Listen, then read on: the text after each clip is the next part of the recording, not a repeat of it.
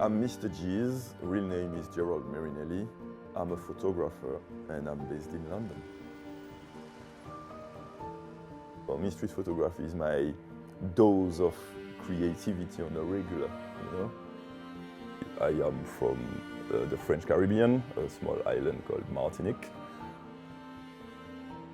When I was a kid, I didn't really like school, and I remember during lunch break, they were locking the gates of the school so that after lunch we would stay on the playground, and with my friends we would always go over the fence to visit all the neighborhoods and the surroundings in the town.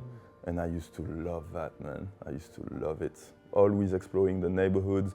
I wanted to see things, I wanted to know. My dad is always saying, Gérald cannot stay put. My dad is always saying, I cannot, on ne peut pas rester en place. Tu vois? Photography, like I said, it's very intimate and precious to me. A bit more than 10 years ago, my mom passed away. My dad sent me to my mother's house and he said, go get a picture of your mom. We will enlarge it, frame it, and put it on the coffin so that people can, you know, show their respect. When I went there, when I went to my mom's house, I thought it would take like 15 minutes to find a picture. And it took me 6 hours to find a picture, man. 6 hours. And I looked into all the family photo albums.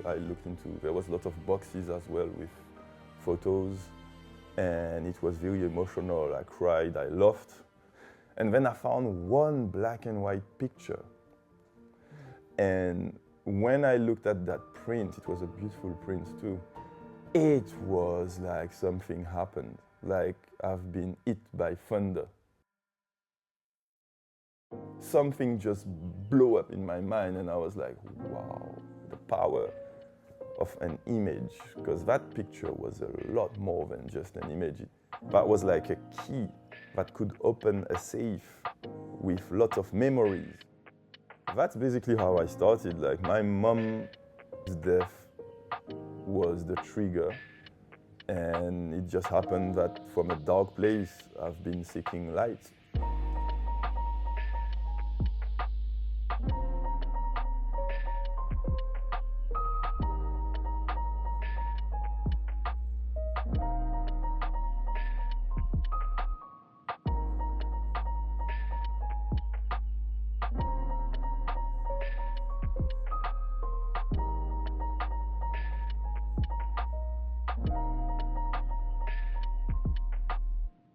Yeah, I remember there was a photographer, a Brazilian photographer called Spécial Salgado, and I got into his work, man, and I was like, wow, this is amazing.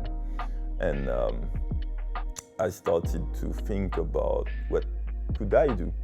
And it just happened that I was involved with a charity called UHUK, United Haitians in the United Kingdom. After the earthquake in 2010, they were supporting a community in Port-au-Prince, in Carrefour. And what happened is the kids used to go to a school and that school got destroyed. So after the earthquake, they were studying under tents. And it wasn't sustainable because when it's raining, it was, you know, muddy and all that. So they were saving money and the charity was doing some fundraising so that they could buy a piece of land and build a proper school for the kids. And they were like, what can we do? What can we do?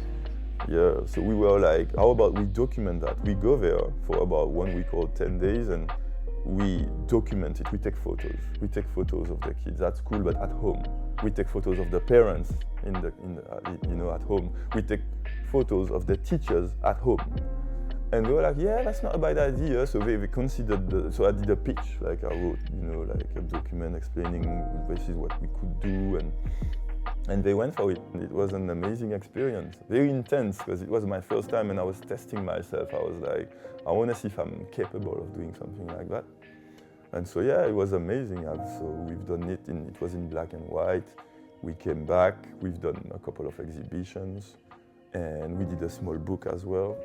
And yeah, we sold a few things and we managed to get a bit of fundraising. They managed to buy a piece of land and they managed to build the school as well. That was my first project. And after that, I was like, okay, so I can pull it off. Because when we done the when we did the exhibitions, I had lots of positive feedback. When I came back from Haiti, man, I was like, yes, that's what I want to do. I want to do documentaries. And I was like, what's next? I was like, I want to go to Africa, man. I want to go to the Caribbean. I want to document all this, man. I want to do documentary photography, but I didn't have any opportunities to travel and be able to do documentaries the way I wish I could. So I was like, okay, I'm gonna, document London. And, London is my second home now. I consider that it's home as well.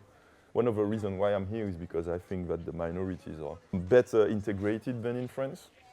So I think it's nice to show that, for example, Muslim women can wear their hijab without any issues, that you can have policemen with dreadlocks, and you can go to a bank and you can see that at the till there's like a Sikh with his head wrap and stuff like that. So I like to show the diversity in the city, and it's amazing. Like, I like the fact that in London you can go in different areas and it's like you're traveling. I love it. My street photography is about the people, and I'm really trying to capture the current times.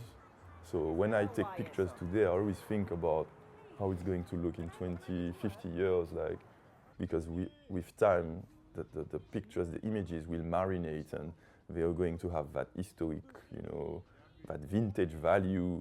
And in my head, it's going to be like, documentary photography. You're documenting the times, you're documenting your surroundings.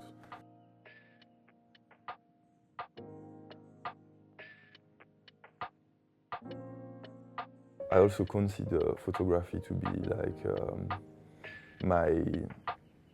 it's like a secret garden, It's like my inner child playground. When I go in the street and I take photos, it's like me holding, when you see me in the street taking photos, it's like I'm holding hand with my inner child. We're together, like adulthood and childhood together.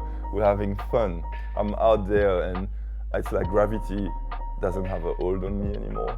Like, for a few hours, my responsibility as a man, as a husband, as a dad, or as a professional, or whatever else, they're still there. But for a little, 2, 3, 4 hours, all that stuff is a little bit on the side, and I'm fully exploring and embracing the present. And I'm observing, like, everybody in the city is buzzing, right? Everybody's going from point A to point B. I'm not. I am taking my time, and I am aware of everything. My spider senses are tingling. All my senses are on deck, like my vision. I'm listening, I'm paying attention to everything. I'm taking, the pulse of the city.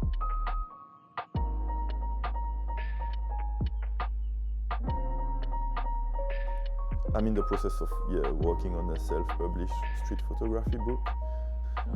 Getting lots of feedback, but mainly also asking some feedback to Jeff, who is I consider him to be my mentor. So I do value his feedback, and hopefully it's going out this year.